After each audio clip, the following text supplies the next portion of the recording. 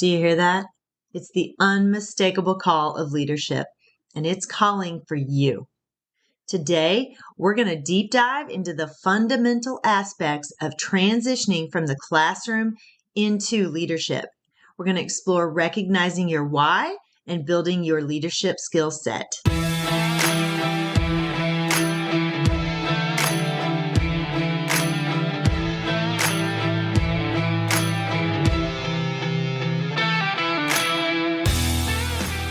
Hi, friend. Are you ready to move into a leadership position? Do you have interests and ambitions that you want to pursue, but feel like you don't know how to take that next step? Maybe you want to start your own coaching or consulting agency. I'm Mel, and I help educators define their career path through correct mindset, knowing your options, and getting prepared for your career transition.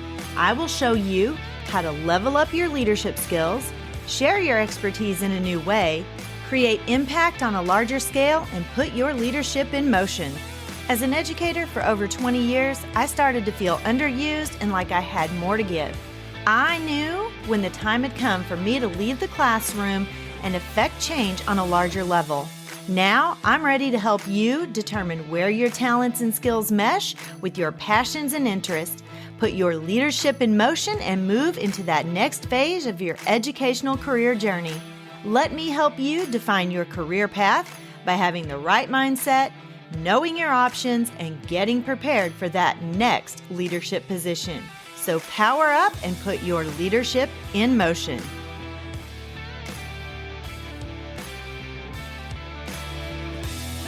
Hello, everyone. Welcome back to the show. I'm your host, Dr. Mel Vandevort. Today, my friends, we embark on a crucial step in your journey to educational leadership, being able to recognize when you're called into leadership. This is where your transformation begins. I had been in the classroom about 12 years when I really started to feel that itch to move into a leadership position. It actually started a little bit before that. I had been doing a master program for instructional technology, and I knew that there were going to be some changes to the programs in Missouri. And so I thought, you know what? I don't have any interest in being a principal or anything like that, but I'm going to go ahead and I'm going to complete my degree and get prepared just in case down the road sometime I want to move into that position. So that's what I did. I worked in tandem on my instructional technology and a administration degree. And I had been in the classroom maybe about 11 years, and I really started to feel that call to do something more, move out of the classroom. But I just felt guilty, and I just didn't want to leave just yet. I just wasn't ready to leave the kids. So I spent one more year in the classroom. So about 12 years in the classroom, and I decided I'm going to take the plunge. God really pushed me, and He said, it is time. I have prepared you. You have prepared by doing what you needed to do. It is time for you to take that step. Stop being a chicken and get out there and do it. And so I started applying for principal positions, and I got my first principal job in a small school district. It was a pre-K4 building that I was in, 4-day school week, perfect situation because I was working away from home. So it was excellent to build my skills. I was very motivated when the time came to move into a leadership position. And I really had this vision of what my leadership would look like, what I could do to further education.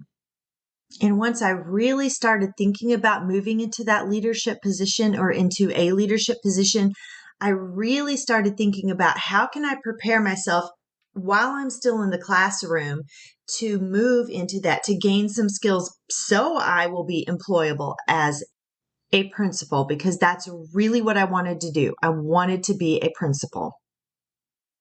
So I talked with my principal and I told her, I want to really have some opportunities to grow my skills because I am ready to move on to a leadership position as well.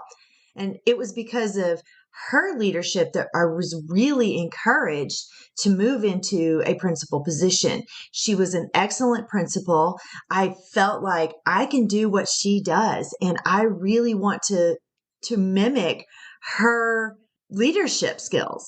So let's talk about how you can recognize when you're being called into leadership. First, you have to understand your motivation. Effective leadership in education is bound to that profound understanding of your own personal motivation. Why do you want to lead in the educational domain? Is it your unwavering passion for student success? Is it a burning desire for systematic change? Or maybe it's a commitment to empowering your fellow educators. That has always been one of my passions, is professional development, and the way it was not really effective in my world. So that was a big motivation for me, was systematic change in professional development or professional learning. And I mentioned that I had a vision of what my leadership would look like. So if you're an accomplished leader, you have a really crystal clear vision of what your leadership is going to look like. And that usually is coordinated with your core values, your ambitions, and it ensures that alignment between your own aspirations and your leadership role. You also have to identify your strengths. As a teacher, you possess a unique set of skills that you've cultivated over the years. You've grown those skills in the classroom. And now you can use those skills in the leadership context. Think about all those soft skills and those hard skills that you've learned as a teacher in the classroom. How can you translate those into leadership skills or leadership qualities and use those skills in your step forward into leadership?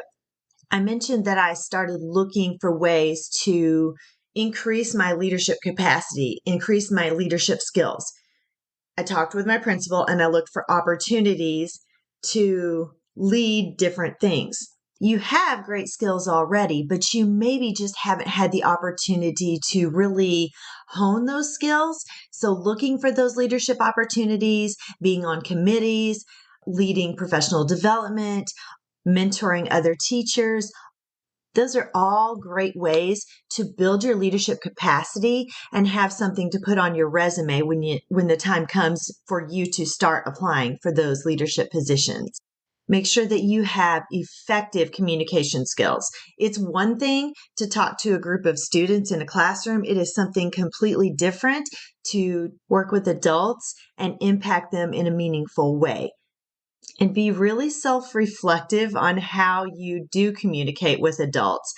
I was a very strong-willed person, always, when I was a teenager and as I moved into my 20s and even in my 30s, my early 30s, I was very strong-willed and I had an opinion, and usually my opinion was what I thought we should go with.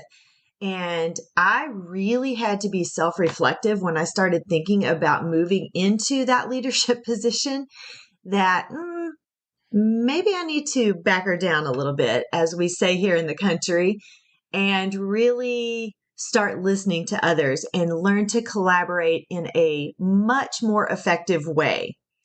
So really think about your collaboration skills, your need to be right. You cannot always be right. And let me tell you what, there are some really smart people that you're going to work with in your educational career.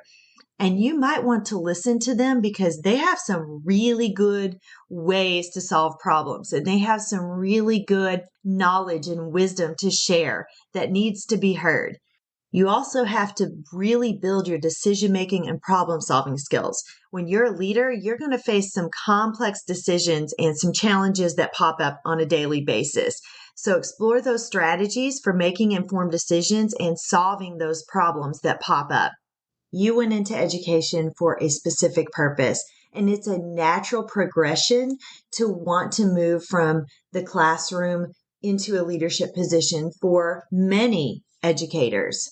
You just need to be very crystal clear on your why of moving into a leadership position. Today, we talked about those first critical steps of your journey into educational leadership, making sure that you recognize that call into leadership and building that foundation of skills that you're going to need to thrive in the next position that you move into. Thank you so much for joining me today on Empowered Educator. If you found this content valuable in any way, please hit that subscribe button. And I would really appreciate it if you would leave me a rating and a review so I can grow the show. I hope you have an amazing rest of your weekend.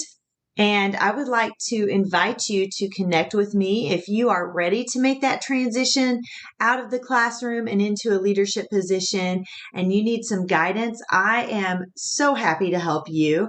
I have a complimentary session that you can book with me and we can see what we can do to move you forward into that dream career transition.